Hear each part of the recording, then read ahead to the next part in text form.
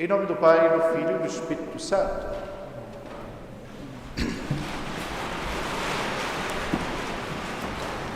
A sentença de Nosso Senhor no Evangelho de hoje, queridos fiéis, é uma sentença conhecida e muito bem pronunciada.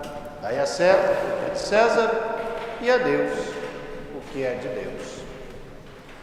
Tal sentença que entra para o senso de toda a cultura deve nos levar a refletir nos dias atuais os nossos deveres de Estado como cidadãos de uma nação, como pessoas com deveres e obrigações públicas, e o que deva ser a nossa condição de eleitos ao reino de Deus, para esta pátria definitiva, para a consumação da história. Bem o sabemos, queridos fiéis, que o que dura na eternidade vale mais do que o tempo consome. Nossa vida temporal, nossa sociedade, os preceitos sociais, todos serão consumidos com o tempo.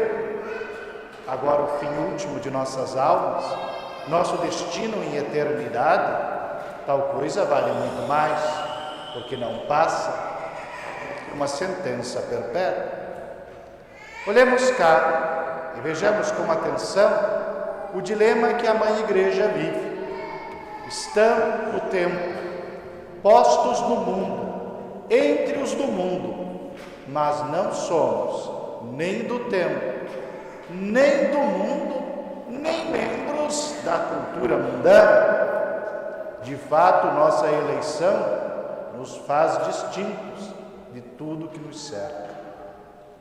Como pode a barca de Pedro rasgar o mar da história sem se deixar afundar pelas suas ondas? Como pode a vinha do Senhor frutificar em terra fértil sem minar pelo veneno deste solo? Como pode o lírio da pureza abrir suas pétalas alvas em meio ao lodo do lamaçal? Tal realidade é da Igreja peregrina, que devemos aceitá-la como real. Vivemos em um estado constante de contradição. Temos uma contradição entre a cultura do tempo presente e aquela que deve nos levar ao céu, entre as práticas do mundo e os mandamentos de Cristo. E tal realidade nos interroga todos os dias. O que realmente aqui deve ter primazia a Deus? E o que aqui é parte integrante de nosso bom nome, de dar bom testemunho de cristão, de exercer na sociedade uma parte edificante, concreta e real? Bem, no decurso da história, a resposta varia em cada ambiente. Uma coisa é viver na cristandade, onde já se vive uma prévia daquela sociedade que há de se fundar nos valores eternos, quando o bem se torna inquestionável, quando o direito de Deus é evidente, quando a realidade da vida e da família são bens inegociáveis. É muito mais fácil para um cristão dar a Deus o que é de Deus e a César o que é de César. Mas quando vivemos em uma cultura adversa, perniciosa, maligna, mortífera, como é difícil separar uma coisa da outra. Aqui os mártires nos dão um exemplo. É preciso fazer bem todas as coisas e dar bom testemunho de cristãos, mas quando se chega àquilo que é próprio de nossa condição cristã, não pode haver apostasia, não pode haver renúncia. É preciso sofrer as consequências, mesmo que seja o derramamento do próprio sangue. Eis como vivemos em nosso tempo. Talvez a nossa cultura não seja tão adversa como um cristão que vive em país muçulmano, que precisa decidir entre cumprir as leis do Estado muçulmano ou ser cristão, de fato. Eles são decapitados todos os dias e bem vemos como missas são as fontes de informações sobre isso. Morrem no silêncio e no segredo. Parece que as perseguições pararam, claro que não. Parou o interesse de divulgá-las. Mas em nossa cultura, estamos muito mais próximos do Evangelho de hoje. São os fariseus aliados aos herodianos, aqueles que querem uma religião mais para o mundo do que para Deus, mais preocupados com o fenômeno religioso, com o seu elemento modificador da sociedade, com uma cultura religiosa, do que de fato com a observância do mandamento divino e a santidade de vida. Ali estão fariseus e herodianos, que querem usar a igreja para o Estado, como veio de mudança social. Vêm tão falazes como antes. Não é difícil encontrá-los, principalmente aqueles que vivem nos meios acadêmicos. A primeira frase: eu não tenho religião, mas respeito a todas. E admiro muito a Igreja Católica, pois a Igreja Católica construiu os pilares da sociedade ocidental. As catedrais, os mosteiros, quanta coisa bonita a Igreja Católica fez. Começa a sedução demoníaca e não demora muito a essa sucuri do brejo dar a volta na sua presa e começar a abraçá-la em um afetuoso abraço mortal.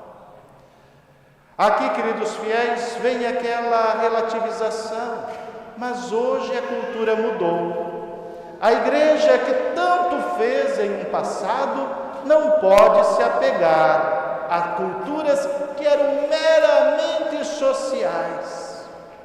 A igreja tem que dar uma resposta ao homem de hoje. Tem que dar uma resposta à sociedade moderna, às suas dificuldades e angústias. Precisa estar aberta às novidades da ciência e à mudança das mentalidades. É aí que o tamanduá tranca a sua garra e a vítima seca em um afetuoso, cordial e mortífero afeto de abraço. Não, queridos fiéis, cá não podemos nós fletar com a cultura maligna do tempo presente. É jogar o lírio na lama para que se manche com sua impureza. É afundar a barca de Pedro para que deixe de rasgar o mar da história. É negar Cristo e apostatar a fé. Nisto César toma direitos que não são dele. Não se pode negociar a verdade, não se pode negociar o direito de Deus, não se entra em acordos diplomáticos diante daquilo que é essencial para a vida e para a eternidade. A igreja deve posicionar-se, e cada um de nós em particular, diante disso, compreendendo que temos uma cultura cristã, que não é fruto de uma mera ocasionalidade social, mas é fruto da própria revelação divina. O paganismo é uma religião que nasce da cultura. O cristianismo é uma religião que funda uma cultura. É diferente. O motor lá neles está na resposta do homem sobre suas cogitações. Cá está na revelação divina e suas consequências ao homem, que foi encontrado por Deus e que Deus se revelou a ele. A cultura cristã não é um simples fator de mudança, não é simplesmente um elemento histórico, medieval e passado. É atual e eficaz, como Cristo, que é o mesmo, ontem, hoje e eternamente. Cristo não muda, portanto os mandamentos não mudam. Cristo não muda, portanto sua igreja não pode mudar. Permanece fiel a Ele, independente das tendências culturais da história. Ah, como chegam aqueles discursos lisonjeosos. É preciso amar, como Cristo disse: amai-vos uns aos outros. Este é o único mandamento, absoluto, superior a tudo. Como você não pode amar? Ah, sim, queridos fiéis.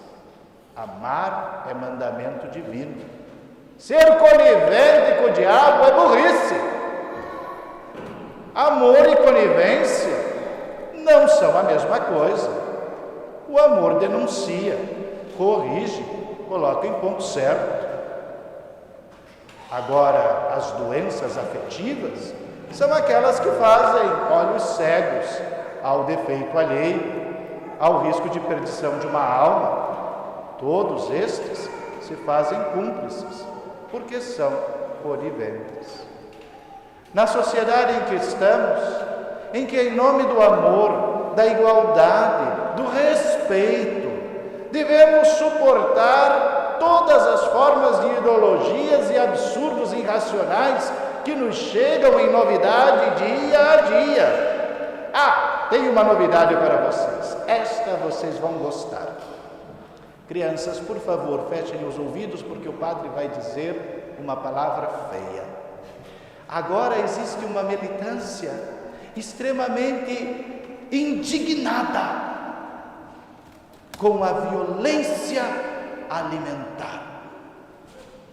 Dizem que existe um estupro alimentar. Sabe quando isso acontece, queridos pais? Quando vocês obrigam seus filhos a comerem o que precisam e não gostam. Existe agora um movimento indignado, porque existe uma violência alimentar no obrigar uma pessoa a comer o que faz bem à sua saúde. E existe uma repressão alimentar, quando você não deixa comer o que quer. Chegamos ao fundo do poço? Não, ao calabouço que estava escondido dentro dele. Tal coisa não pode ser tida como cultural e respeitável, de jeito nenhum. Ah, se minha saudosa avó estivesse viva, estaria completando agora o seu centenário. Tudo o que ela precisava era do seu machadinho para pôr fim a esta baboseira. Como dizia minha tia Xaxá, traz o machadinho, porque a coisa é grave. Não, queridos filhos.